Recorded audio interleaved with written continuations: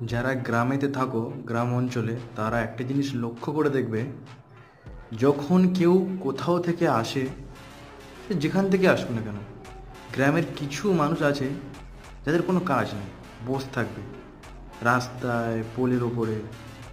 আর যখনই কেউ আসবে তখনই জিজ্ঞেস করবে, কি নিয়ে যাচ্ছিস, কেন নিয়ে যাচ্ছিস। ভালোই দেখতে পাচ্ছি, ভালোই দেখতে পাচ্ছি যে কি নিয়ে যাচ্ছে, তারপরেও জিজ্ঞেস করবে, এটা কি, এটা কি হবে। মানে এইসব মানুষদের কোনো কাজ নেই, শুধু রাস্তায় বসে থাকবে আর কোথায় একটু সুযোগ পাবে মানুষের সাথে গল্প করবে। আর ওই শুরু হয়ে যাবে, এটা কি করবি, এটা কি কাজে লাগে, ভালোই সে সব জানো। এইখান থেকে গল্প শুরু হবে, তারও কাজ নেই। আর যে কাজে যাচ্ছিল বা আসছিল তাকেও ওখানে দাঁড় করিয়ে দেবে, দিয়ে গল্প শুরু করে দেবে।